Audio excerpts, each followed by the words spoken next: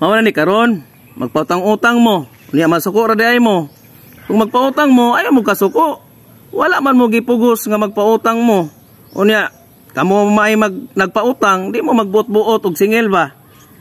Magulat mo, kanus mo bayaran. Kay lisod bi ang magbuot-buot mo. Unya pabayaran dayon. Wala man sa saad nga bayaran dayon. O naa sa saad nga bayaran ka. Dili kay maningil dayon ka. Mura man kag nawad-an og respeto sa sarili ba? Nawad-an kag respeto sa imong kaugalingon. Tungod anang utanga ba? Unya kung magpautang mo, yatag na sa nangutang kay bilising man na. Nga naay tawo nga nangutang ninyo, no? Unya dili mo magsuko-suko nga maningil. Aron bayaran mo. Kay magpautang mo, unya magsingka-singka mo, ay makwits gyud na inyo ang gipautang. So nga akong advice ninyo, kung magpautang man ganing mo, ayaw mo suko-suko.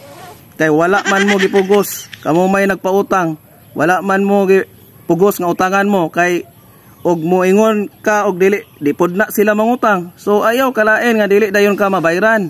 Magpababot mo kanus-a mo mabayran. Kay lisod biya magsingil-singil mo unya balik-balik. Maglagot na noon nang imong giutangan nimo. Moabot na noon sa away, moabot pa ni tulpo. Ang worst di na noon mabayran.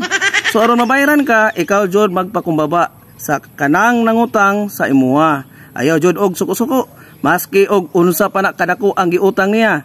Kay moabot jud ang panahon nga makwits jud ang utang. Tinuod na.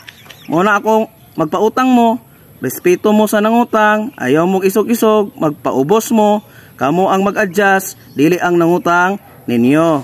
Aron mabayaran mo. Ora to, follow for more.